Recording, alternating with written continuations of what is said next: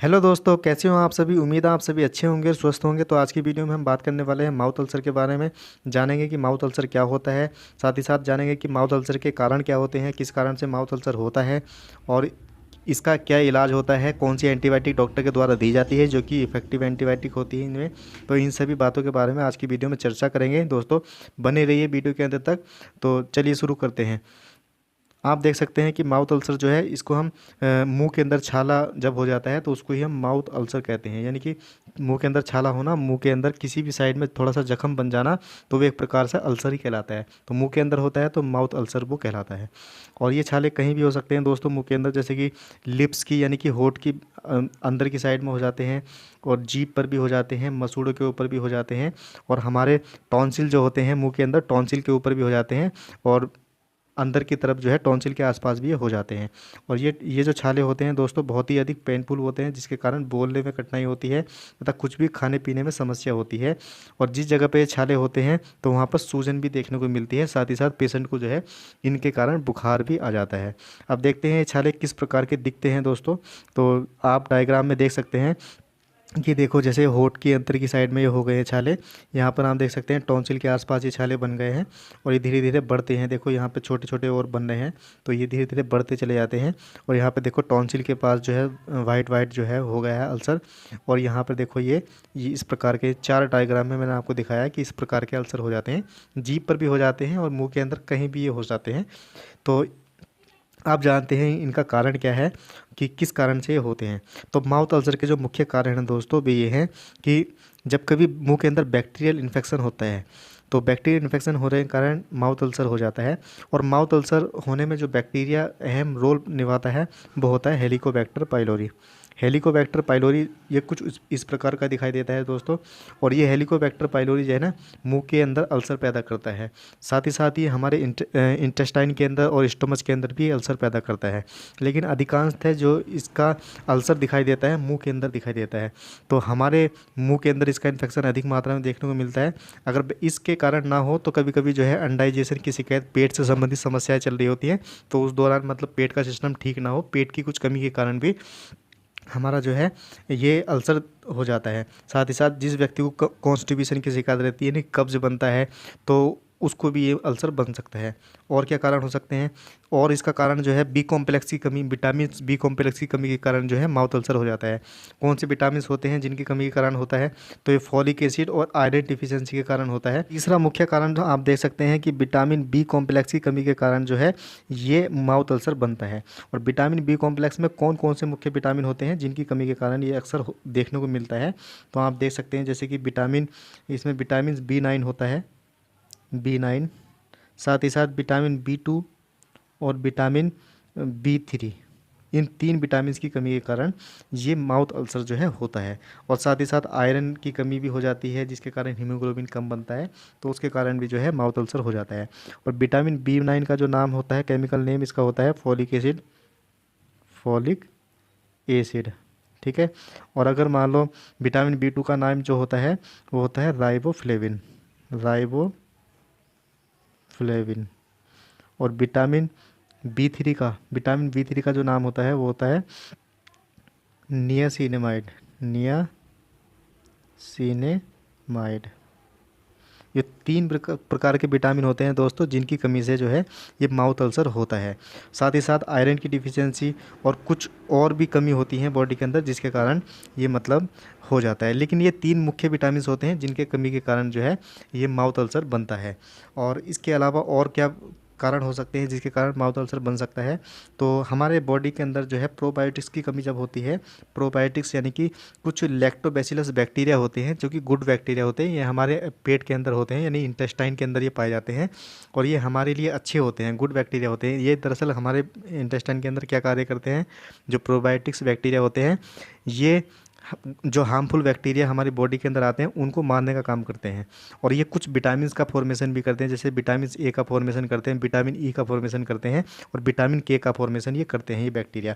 तो ये बैक्टीरिया जब हम कोई व्यक्ति जब लगातार एंटीबायोटिक ले रहा होता है तो ये प्रोबायोटिक्स बैक्टीरिया मर जाते हैं, जिसके कारण हमारे पेट के अंदर कुछ समस्या होने लगती है, प्रोबायोटिक्स की कमी आ जाती है। तो उस दौरान डॉक्टर के द्वारा जो है प्रोबायोटिक्स दिए जाते हैं, क्योंकि प्रोबायोटिक्स की कमी जब हमारे इंटेस्टाइन के अंदर होती है तो अल्सर बनने की संभावना होती है। तो ये भी एक मुख्य कारण होता है। तो लैक्टिक एसिड बेसिलस जो है, इनकी कमी के कारण जो है भी अल्सर बन सकता है, जो कि एक प्रोबायोटिक्स कहलाते हैं। और बात करें कि प्रोबायोटिक्स का नेचुरल सोर्स की अगर बात करें तो जो कर्ड होता है, कर्ड कर्ड यानी कि दही, जो दही होता है ये एक नेचुरल प्रोबायोटिक्स होता है दोस्तों, क्योंकि इसके अंदर लैक्टोबैसिलस बहुत ही अधिक मात्रा में पाए जाते हैं। ये एक गुड बैक्टीरिया होते हैं। आपने सुना भी होगा कि जब पेट किसी का ख़राब होता है तो पुराने बुजुर्ग लोग कह देते हैं कि मतलब दही खा लो और आपका पेट ठीक हो जाएगा।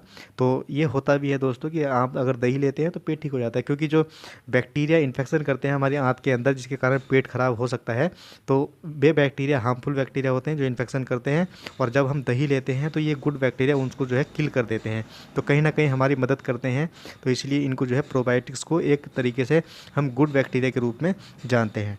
तो ये कुछ प्रोबायोटिक जो है नेचुरल प्रोबायोटिक, जैसे कि दही आप यूज़ कर सकते हैं। साथ ही साथ कुछ कंपनी इन प्रोबायोटिक्स को बनाती है, इनके कुछ कैप्सूल और सिरप भी आते हैं। तो बात करते हैं कि इसका ट्रीटमेंट क्या हो सकता है। तो ट्रीटमेंट के लिए सबसे जो ज़रूरी है वो है विटामिन बी कॉम्प्लेक्स की कमी को पूरा करना। तो इसके लिए जो है बिकासूल करके कैप्सूल होता है। तो ये बिकासूल कैप्सूल जो है मुंह के अल्सर में, माउथ अल्सर में बहुत ही अधिक जो है पेशेंट को दिया जाता है डॉक्टर के द्वारा, क्योंकि इसके अंदर वे सभी विटामिन होते हैं जिनकी कमी से माउथ अल्सर बनता है। तो पहला तो ये है कि बिकासूल कैप्सूल दिया जाता है। साथ ही साथ क्या दे सकते हैं और कि एंटीबायोटिक डॉक्टर्स के द्वारा दी जाती हैं। जैसे कि एंटीबायोटिक्स में ये मैंने यहाँ पर 4 प्रकार की एंटीबायोटिक आपको दिखाई है। तो इन चारों प्रकार के एंटीबायोटिक में सबसे पहली एंटीबायोटिक जैसे कि एमॉक्सिसिलिन है, जो कि मॉक्स करके कैप्सूल आता है, एमॉक्सिसिलिन। और एजिथ्रोमाइसिन दूसरी एंटीबायोटिक है। और ये तीसरी एंटीबायोटिक जो है डॉक्सीसाइक्लिन होती है। मुख्यतः यही 3 प्रकार की एंटीबायोटिक जो है डॉक्टर के द्वारा माउथ अल्सर में यूज करी जाती हैं। और इसकी जो है डोज अलग अलग हो सकती है दोस्तों। जैसे कि मान लो पेशेंट अपनी समझ के अनुसार जो है पेशेंट को उसकी कंडीशन को देख करके जो है 250 mg में या फिर 500 mg में इनको देता है। लेकिन डॉक्सीसाइक्लिन दोस्तों केवल 100 mg में ही पेशेंट को दी जाती है, जबकि एमॉक्सिसिलिन और एजिथ्रोमाइसिन जो है ये 250 mg और 500 mg में भी अवेलेबल होती हैं। तो डॉक्टर को अपनी कंडीशन पेशेंट को मतलब देख करके जो है डॉक्टर उसी के अनुसार जो है इन दवाई को देता है कि कितनी डोज और कितनी मात्रा में देनी होती है। और देखो जैसे कि इसमें अगर ये 3 प्रकार की एंटीबायोटिक जो मैंने आपको दिखाई है, एमॉक्सिसिलिन, एजिथ्रोमाइसिन और डॉक्सीसाइक्लिन, अगर ये काम नहीं करती हैं तो इनसे भी अगर अल्सर ठीक नहीं होता तो कभी कभी जो है पेशेंट जो है लास्ट में फैक्सीन करके यानी कि सिफ्लैक्सिन जो आता है कैप्सूल आता है, ये सिफ्लैक्सिन कैप्सूल जो है इसका कैप्सूल दिया जाता है। ये एक इफेक्टिव एंटीबायोटिक होती है माउथ अल्सर में, जो कि एक लास्ट कंडीशन में जो है डॉक्टर के द्वारा दी जाती है। और ये बहुत ही अच्छा रिजल्ट माउथ अल्सर में देता है दोस्तों। तो सिफ्लैक्सिन कैप्सूल ये 250 mg में और 500 mg में भी अवेलेबल होता है। और इसकी डोज जो है डॉक्टर अपने अनुसार निर्धारित करता है। कभी कभी मान लो किसी पेशेंट को ज़्यादा क्रिटिकल कंडीशन होती है तो ये 500 mg में सिफ्लैक्सिन कैप्सूल जो है 500 mg में 3 बार भी दिया जा सकता है, और कभी कभी 2 बार भी डॉक्टर इसको देते हैं।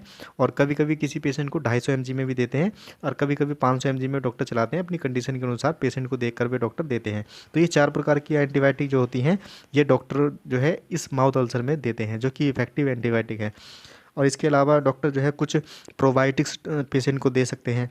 जैसे कि प्रोबायोटिक्स, एक नेचुरल प्रोबायोटिक्स की बात करें तो नेचुरल प्रोबायोटिक्स जो है दही होता है, क्योंकि इस दही के अंदर ये बैक्टीरिया पाए जाते हैं। ये बैक्टीरिया मैंने यहाँ लैक्टोबैसिलस का इमेज यहाँ पे दिखाया आपको।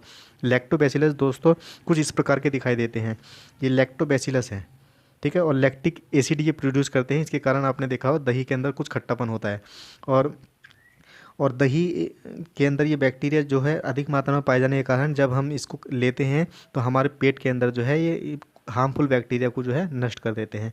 तो दही एक अच्छा सोर्स होता है।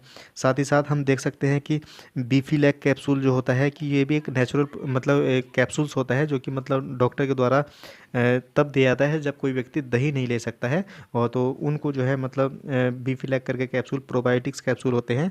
इनके सिरप भी अवेलेबल होते हैं, या फिर और ब्रांड भी हो सकती हैं प्रोबायोटिक्स की, तो ये डॉक्टर के द्वारा दी जाती हैं। तो प्रोबायोटिक्स भी एक प्रकार से अल्सर में जो है इफ़ेक्टिव रिजल्ट देते हैं।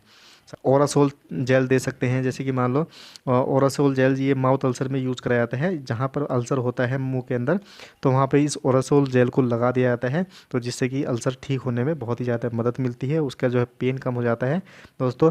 और इसके अलावा कुछ कुछ डॉक्टर जो है ओरा हेल करके दे सकते हैं। ओरा हेल्प करके ये मैनकाइंड कंपनी बनाती है इस प्रोडक्ट को, और इसकी जो ड्रॉप जो है वहाँ पर उस इफेक्टेड एरिया पर लगा दी जाती है जहाँ पर अल्सर है, तो ये भी बहुत अच्छा रिजल्ट देते हैं। ये भी मतलब एक प्रकार से हीलिंग प्रॉपर्टी इनकी होती है, ये बहुत ही जल्दी जो है उस वाउंड को, मतलब उस अल्सर को ठीक कर देते हैं। तो इन दोनों में से किसी एक को जो है पेशेंट दे सकता है, या तो ओरोसोल यूज़ कर सकते हैं या फिर इसको यूज़ कर सकते हैं, दोनों में से किसी एक को जो है डॉक्टर प्रिस्क्राइब करता है। साथ ही साथ जो है इसके अलावा और क्या दे सकते हैं कि टैबलेट आती है ओरा फ्लोरा करके, ओरा फ्लोरा करके मतलब ओरा फ्लोरा टैबलेट आती है। तो इस टैबलेट को भी डॉक्टर कभी कभी देते हैं पेशेंट को।